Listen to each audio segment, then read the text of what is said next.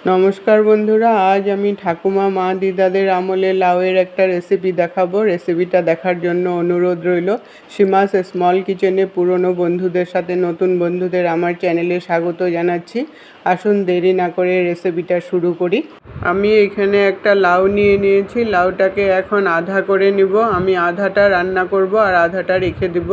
আমি আধাটা লাউ দিয়ে রেসিপিটা দেখাবো। এখন আমি লাউটার খোসাগুলো ছাড়িয়ে নেব। এই খোসাগুলো আমি ফেলে দেব না, এটা আমি বাটা করব। এটার বাটার রেসিপি আমার চ্যানেলে দেওয়া আছে, আপনারা দেখে নিতে পারবেন।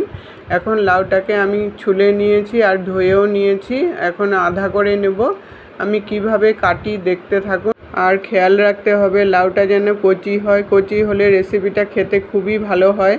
দেখুন আমি এইভাবে করে একবার কেটে নেব, তারপর আবার লম্বা করে কেটে নিলাম।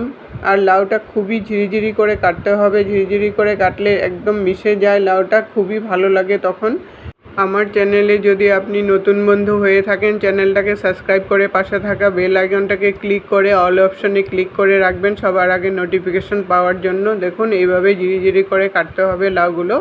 আমার সব লাউগুলো কাটা হয়ে গেছে। এইভাবে ঝিরিঝিরি করে সবটা লাউ আমি কেটে নিয়েছি। এখন আমি কড়াই বসিয়েছি। কড়াইতে আমি এখন রিফাইন তেল দিব। তেলটা গরম হয়ে গেছে, তারপর আমি বড়ি দিয়ে দিলাম। আমি বড়িটা একটু লাল লাল করে ভেজে উঠিয়ে নিব প্রথমে। আমি এখানে বিউলি ডালের বড়ি নিয়েছি, আপনারা যে কোনো ডালের বড়ি দিয়েই করতে পারবেন। ডালের বড়িটা একটু লাল লাল করে ভাজলে একটু গন্ধটা যখন চলে আসে তখনই নামিয়ে নিতে লাগে। আমার বড়িগুলো ভাজা হয়ে গেছে, নামিয়ে নিয়েছি। এখন একটা শুকনো লঙ্কা দিয়ে দিলাম সেই তেলের মধ্যেই।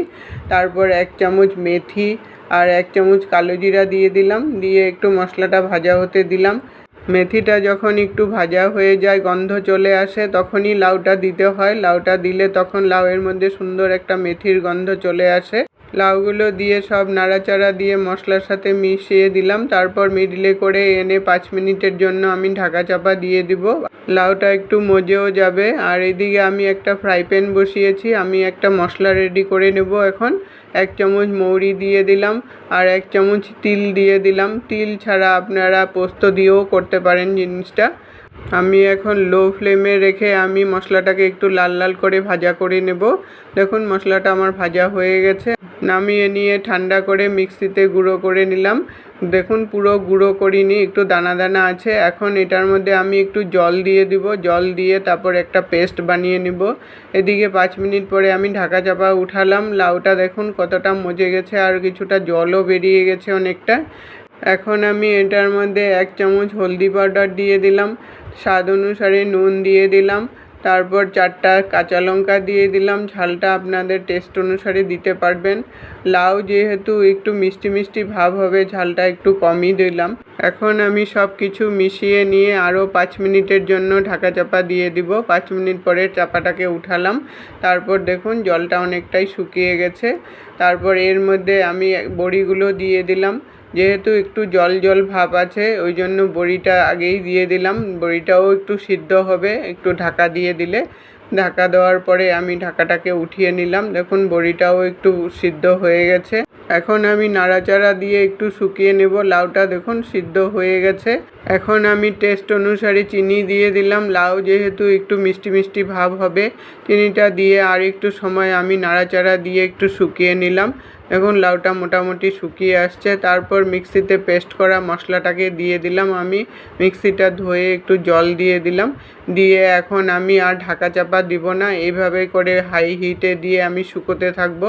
লাউটা মিডিলের থেকে একটু ফাঁক করে দিলে লাউয়ের জল তাড়াতাড়ি শুকিয়ে যায়। এইভাবে করে লাউ শুকাতে হয়।